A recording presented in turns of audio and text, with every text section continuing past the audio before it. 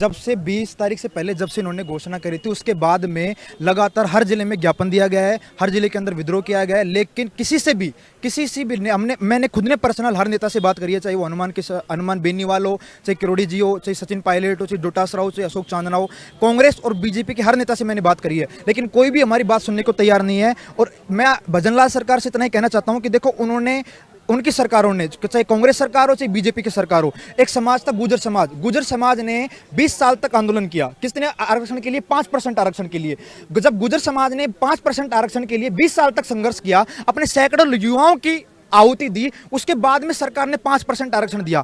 यहाँ पे युवतियों की ना तो कोई आरक्षण की मांग थी, उसके बाद में ना कोई मीटिंग थी। ये पता नहीं नींदों में पता नहीं कौन सी भांग पी के ये ऐसे निर्णय लेते हैं जिससे कि पूरा का पूरा युवा आक्रोश है। अब जब इन्होंने 30 से लेकर 50% बढ़ाया, डायरेक्ट 20% बढ़ा दिया, और एक तरफ एक समाज जब अपने 20 साल के संघर्ष के बाद 5% आरक्षण लेता है, उसको तो ऐसे कर रहे हैं, और दूसरी तरफ ये बिना कोई मांग के, बिना कोई कमेटी के, बिना कोई निष्कर्ष के, बिना कोई संवाद के जब ये आरक्षण लागू कर रहे हैं, तो मैं पूछना चाहता हूं इन युवाओं को क्या होगा। जैसे पिछले कुछ समय में बीकानेर बाड़मेर की साइड 3-4 युवाओं ने आत्महत्या करी है, तो मैं पूछना चाहता हूं अगर 3-4 युवाओं ने आत्महत्या करी है तो उन आत्महत्याओं का जिम्मेदार कौन है? हमारा पिछले थोड़े टाइम पहले ही एक वार्ता करने के लिए मुख्यमंत्री के पास गया था, तो मुख्यमंत्री ने जी ने कहा कि देखो, इस भर्ती के अलावा युवाओं को अनेक मौके मिलेंगे। तो मैं मुख्यमंत्री जी को इतना ही कहना चाहता हूं कि भजनलाल जी, आपके बेटे जो है डॉक्टर की तैयारी कर रहे हैं, आपके बेटे को डॉक्टर यूपीएससी की तैयारी कर रहे हैं, सॉरी यूपीएससी की तैयारी बंद करवा के उसको भैंस का डॉक्टर क्यों नहीं बना देते आप?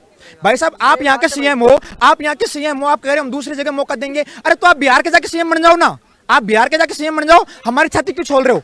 और आप ऐसे कर रहे हो। आप तो हमको ये बताओ, अगर हम बीएसटी से करें, हमने उसको एक नींव की तरह सींचा है, मतलब 2 साल आप संघर्ष समझो हमारा सर। 2 साल हमने बीएसटी से करी है, घर से दूर, सैकड़ों किलोमीटर दूर कॉलेज में हमने रूम लेकर आए, रूम का किराया दिया है, कॉलेज की ड्रेस दी है, कॉलेज की फीस दी है, हमने लड़कियों की बराबरी पढ़ाई करी है, 2 साल तैयारी करी, 2 साल बीएसटी से करी, 4 साल। हम 4 साल के साम मांगते हैं, हम बताओ क्या करें? आप या तो हमारे अकाउंट में 50-50 लाख, 1-1 करोड़ रुपए डाल दो, हम और किसी कुछ कर लेंगे, लेकिन हमारे पास कुछ स्रोत तो हो। आप तो कुछ भी कर रहे हैं, ऐसा बिल्कुल भी उचित नहीं है, और आने वाले समय में आपको इसका जवाब देना पड़ेगा। आपके जो आज नेतृत्वकारी थे उनको गिरफ्तार किया है, क्या पुलिस प्रशासन और सरकार ने आपके आंदोलन को दबाने की कोशिश की? देखिए सर, समय था 9:30 बजे के आसपास, मैं, हनुमान जी और 3-4 बंदे हम खड़े थे, और रोड पे खड़े थे, शहीद स्मारक से कम 200 मीटर के दायरे में खड़े थे हम, और ना हमने किसी से हाथापाई करी, हम चुपचाप खड़े थे। लेकिन सरकार, पुलिस द्वारा उनको चुपचाप आया गया, गाड़ी में बिठाया गया, ना कोई कारण पूछा कि क्यों गिरफ्तार कर रहे हो, क्यों नहीं कर रहे। ये बिल्कुल तानाशाही सरकार है, और आप सब देख रहे हो कि कोई सुन ही नहीं रहा। यहाँ पे मतलब ये है कि रोड के ऊपर भी खड़े नहीं हो सकते। आप देख रहे हो, हम 2 घंटे से पिछले एक मंदिर में बैठे हैं,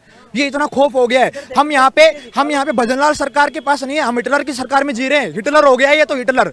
अब हमको तो बाहर जाने में डर लग रहा है कि भाई साहब पता नहीं कौन गोली काट दे। संघर्ष समिति का गठन करने का निर्णय लिया, उसको लेकर किस तरह से काम? देखिए सर, हम किसी भी पॉलिटिकल पार्टी से जुड़े हुए नहीं है, हम स्टूडेंट हैं, और हम जो लड़ाई लड़ रहे हैं, हमारा मेन जो मुद्दा है वो है महिला आरक्षण। हमारा जो मेन जो मुद्दा है वो महिला आरक्षण। हमने बीजेपी के नेताओं से भी बात करी, हमने कांग्रेस के नेताओं से भी बात करी, लेकिन सब क्या है, विधानसभा के वाइज अपने राजनीति वोटों के लिए काम करते हैं। सिर्फ सुनते हैं क्या बात करनी है, महिला आरक्षण के ऊपर फोन काट देते हैं, क्योंकि उनको उनके विधानसभा के युवाओं से मतलब होता है। आज हम दर दर की ठोकर खा रहे हैं, लेकिन हमारी कोई आवाज नहीं सुन रहा है। लेकिन आने वाले समय में हम बता देंगे कि जहां जहां बीजेपी का कोई भी नेता हमारे घरों में आएगा, कोई भी हमारे मोहल्ले में आएगा, कोई हमारे गाँव में आएगा, हम जिंदगी भर पूर्वतौर तरीके से हम उसका विरोध करेंगे, लाठिया की तरह ओले बरसाएंगे, अंडे मारेंगे, टमाटर मारेंगे, लेकिन जिंदगी में कभी भी ये बीएसटीसी का ये शिक्षक युवा कभी भी बीजेपी सरकार को वोट नहीं करेगा। और पीढ़ियां याद रखेंगी कि बीजेपी ने एक काला कानून लिया था, उसकी वजह से ऐसा हुआ। अगर आज का युवा पूरा जाग गया तो भजनलाल तो क्या, आपने देखा होगा कि नरेंद्र मोदी जी ने काला कानून वापस लिया, कृषि कानून लिया, बनाया, वापस लिया। क्यों? क्योंकि वो तो पीएम था। लेकिन जब पावर होती है, पावर किसके पास होती है?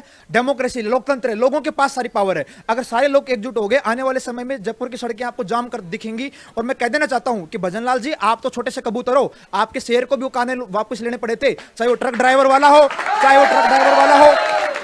वो ट्रक चाहे वो ट्रक ड्राइवर वाला हो, चाहे कृषि कानून हो, चाहे अग्निवीर हो, आपने क्यों अग्निवीर में चेंज करिए? आप 3 बार के, तीसरी बार के प्रधानमंत्री हो, तो अगर हिम्मत रखते हो तो अग्निवीर में क्यों चेंज करिए आप? तो भजनलाल जी, आप तो पर्ची के सरकार हो, फूंक से उड़ा दी जाओगे। मैं कह देना चाहता हूं आपको, फूंक से उड़ा दी जाओगे। राजस्थान के अंदर किसी भी गांव, किसी भी ढाणी, किसी भी शहर, किसी भी कस्बे में आपको घुसने नहीं दिया जाओगे, मैं बता रहा हूं आपको। और ये समय की परिस्थिति बदलती रहती है मान्यवर। मैं अभी भी आपसे विनती करता हूं कि हमारे आत्माओं के साथ मत खेलो। हमारी आत्माएं जब आपको श्राप देंगी तो अर्थी उठाने वाला भी आपको नहीं मिलेगा। मैं बता देना चाहता हूं आपको, ये अंदर से मेरी आवाज बोल रही है। मैं किसान का बेटा हूं, आपको नहीं पता कैसे मेहनत होती है। आप पर्ची बना के सरकार बना देते हो। 2 साल मैंने संघर्ष किया है। मैं अलवर जिले का निवासी हूं। बीएसटीसी कॉलेज में मैंने 2 साल लगातार पढ़ाई करी है। वहां पे मैंने 5,000 रुपए महीने के हिसाब से किराया दिया है। 2 साल की लाखों फीस दी है। 2 साल से जयपुर की तैयारी कर रहा हूं। आपका बाप देगा क्या मेरी फीस? मेरे को बताइए, आप क्या करें हम?